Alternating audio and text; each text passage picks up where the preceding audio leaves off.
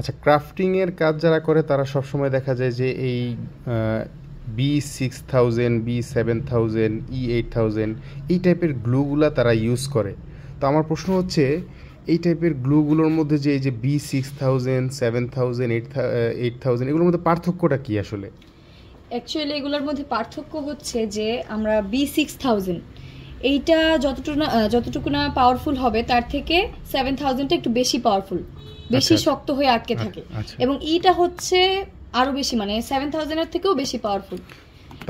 তার মানে হচ্ছে আপনার মানে সংখ্যা 1000 যত বেশি স্ট্রংনেস বা পাওয়ারফুল, মানে এটা কি হার্ড হওয়ার ক্ষেত্রে? হ্যাঁ হ্যাঁ। আচ্ছা, যেমন মানে এটা কি দ্রুত কোনটা বেশি শুকাবে বা কোনটা আস্তে আস্তে শুকাবে এটা জানতে চাচ্ছিলাম। E8000 যেটা, সেটা একদম লাগানোর সাথে সাথে আপনার একদম শক্তভাবে লেগে যায়। জি জি, মানে তাড়াতাড়ি শুকায়। হ্যাঁ, আর 6000 এর ক্ষেত্রে যেটা হয় চাপ দিয়ে ধরে কুন্দনটা কিছুক্ষণ ওয়েট করতে হয়। আচ্ছা আচ্ছা আচ্ছা। এটাই আর 7000 হচ্ছে মানে মিডিয়াম।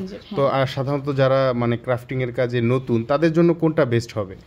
তাদের জন্য আমি বলি কি যে 6000 অথবা 7000টা বেস্ট হবে, কারণ 8000টা যারা আর কি একবারে লাগিয়ে ফেলতে পারে, খুব পারফেক্টলি যারা কাজ পারে, মানে একবারই চান্স পাওয়া যায়, কারণ মুভ করা যায় না। মানে 8000 দিয়ে মুভ করার বা কারেকশন করার অপশনটা কম থাকে, আর 7000, 6000 এটা কারেকশন করার অপশন থাকে।